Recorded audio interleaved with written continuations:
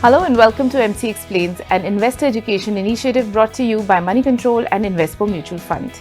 If you have been watching our previous episodes, we have been bringing you insights on various aspects linked to investing in mutual funds. In this episode, we are looking at something referred to as the benchmark. What is it and why you should care about it?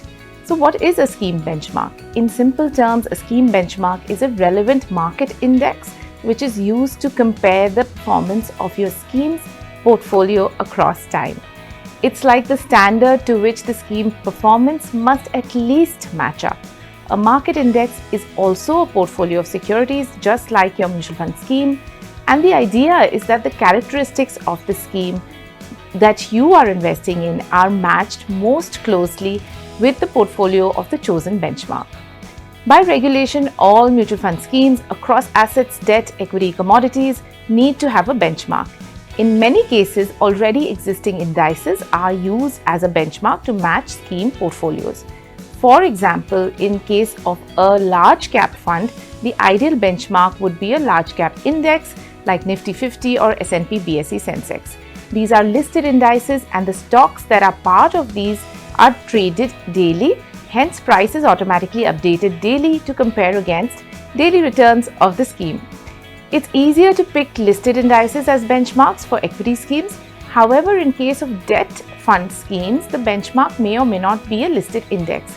If it is not a listed index, a benchmark of appropriate securities is created subject to approval by the regulator for any new scheme being launched. For commodity funds like gold funds, the benchmark is the actual domestic market price of gold, as that is the only asset present in the scheme.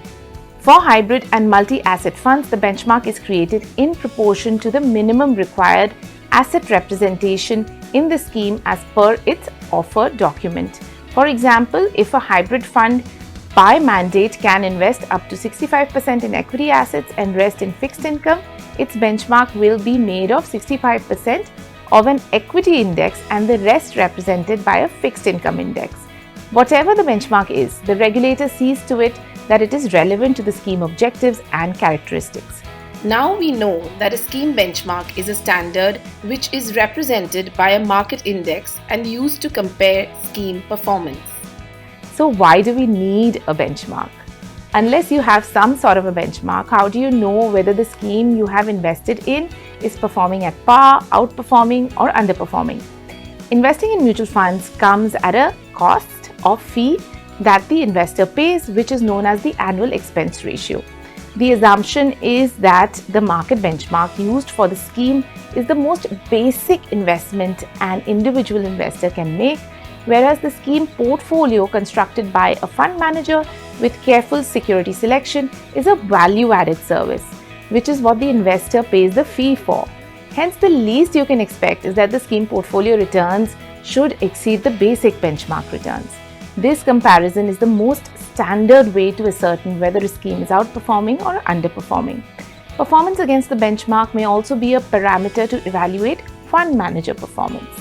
In addition to the approved scheme benchmark, as per para 13.3 of SEBI Master Circular for mutual funds, SEBI has asked mutual fund schemes to showcase performance against one SEBI mandated index too. The objective being to standardize performance comparison within a broad category of schemes. For example, for all equity schemes, the circular mandates the BSE Sensex 30 or Nifty 50 index as the additional benchmark. For low-risk debt schemes with duration up to 1 year and for low-risk arbitrage schemes, the additional benchmark is the 1-year Treasury bill yield, as that is the alternative low-risk investment. Similarly, for all other debt funds, the additional benchmark is the 10-year G-Sec yield, which is the alternative long-term debt allocation. In this manner, 8 scheme categories have been identified where mutual fund schemes need to show the rupee annualized return against the mandated additional benchmark.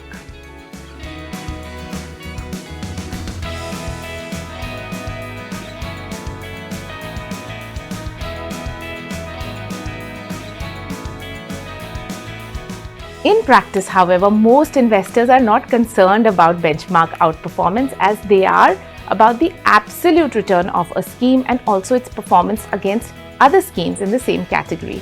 Peer group performance review is a second level review which may be undertaken if you have a good understanding of how schemes in a category are managed. For example, looking at the peer group performance in equity mutual fund categories defined by market capitalization like large cap equity category is simple because all schemes are mandated to construct a specifically designed portfolio as per regulations. Plus the choice of stocks in say the large cap category are limited. In categories with a wider universe like small cap, benchmark comparison is less useful because the entire portfolio stock selection may be outside of it. Yet the benchmark is the most basic portfolio that can be constructed for the category, hence there is some relevance. Peer group comparison also starts to get trickier in say a hybrid fund category or balanced advantage fund category because individual scheme constructs and security selection can vary significantly. In this case, a return comparison against the scheme benchmark would perhaps be more relevant. At times, the peer group itself may not be clear. You may end up comparing returns of a flexi cap strategy with a large and mid cap strategy or a value style with a growth style. The results are not relevant because these schemes are constructed and managed according to very different objectives, inputs and parameters.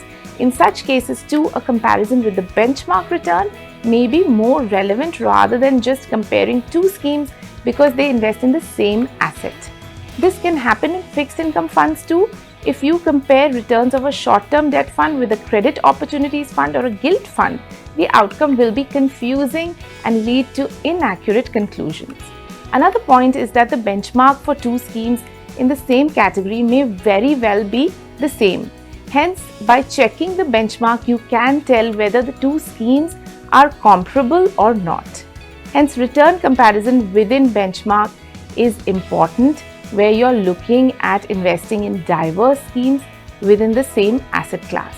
Lastly, comparison of returns against the benchmark also help in analyzing the consistency of past performance and the ability of the fund manager to consistently deliver excess return or what we call alpha, where that is the primary objective.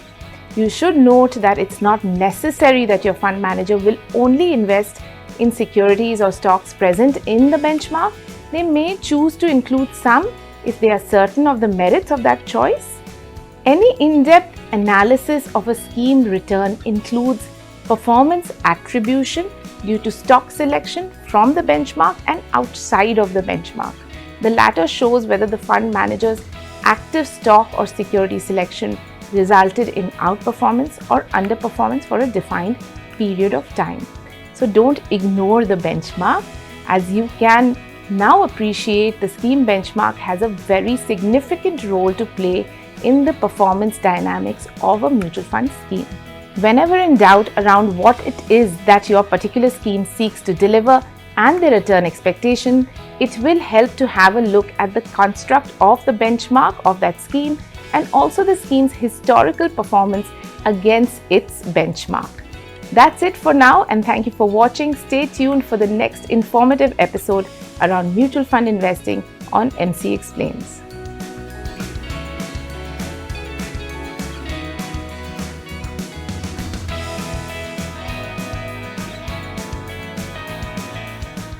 Mutual fund investments are subject to market risks. Read all scheme-related documents carefully.